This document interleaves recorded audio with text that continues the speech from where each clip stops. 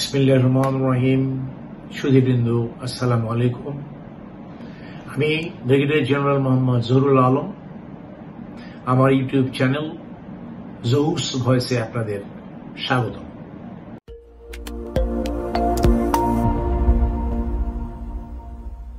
বঙ্গভবন থেকে বঙ্গবন্ধুর ছবি অপসারণ প্রসঙ্গে অ্যাডভাইজার জনাব মাহফুজ আলমের বক্তব্যের প্রেক্ষিতে আমার সেই 7-8 পড়া একটি ইংরেজি কবিতার কথা মনে পড়ে গেল, দি প্যাট্রিয়ট। তারই আলোকে আমি আমার আজকের বিষয়বস্তু নির্ধারণ করেছি। বিষয়বস্তুটি হল the patriot by Robert Browning versus উপদেষ্টা জনাব মাহফুজ আলমের ফেসবুক স্ট্যাটাস। জনাব মাহফুজ আলমের ফেসবুকের স্ট্যাটাসের বরাত দিয়ে বাংলাদেশ প্রতিদিন গত 12 নভেম্বর 2024 তারিখে যে প্রতিবেদন ছাপিয়েছে সেটারই আলোকে আমার আজকের উপস্থাপনা। আমার কাছে বিষয়টি অত্যন্ত সামঞ্জস্যপূর্ণ এবং প্রাসঙ্গিক মনে হয়েছে। রবার্ট ব্রাউনিং 19বিংশ শতাব্দীর এক ইংরেজ কবি। তার জন্ম 1812 সালে এবং মৃত্যু 1889 সালে।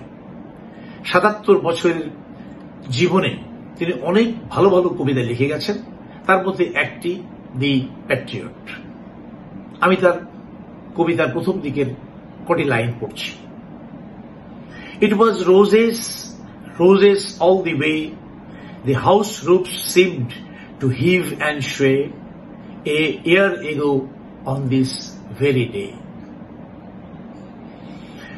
কবি এখানে অত্যন্ত জনপ্রিয় এক নেতার কথা তার মুখ দিয়েই বলেছেন।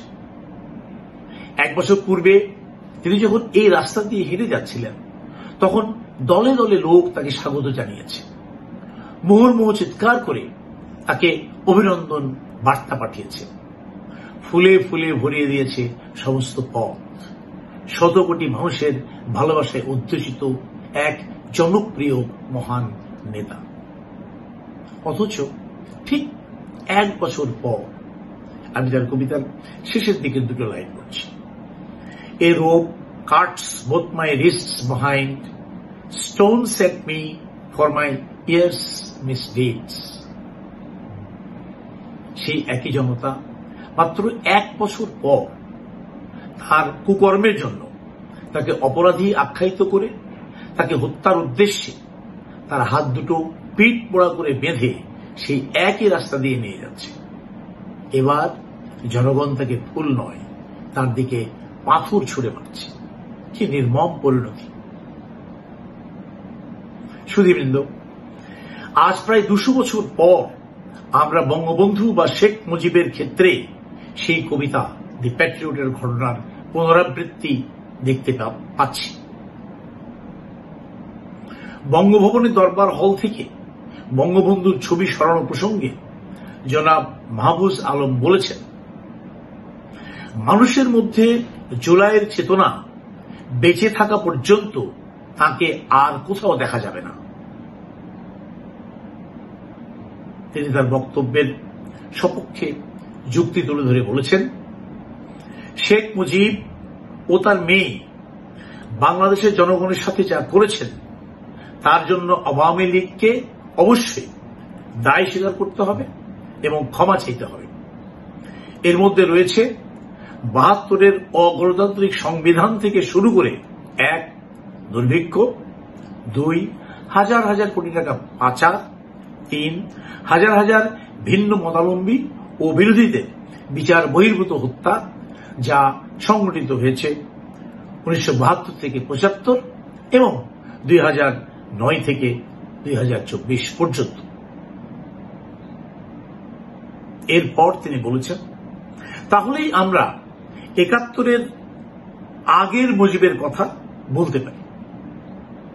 এবং সবশেষে তিনি জোর দিয়ে উল্লেখ করেছেন, ক্ষমা প্রার্থনা ও ফ্যাসিস্টদের বিচার ছাড়া কোন ধরনের পুনর্মিলন সম্ভব হবে না। সুধীবৃন্দ, কিছু ভুল, কিছু অপরাধের ক্ষমা হয় না।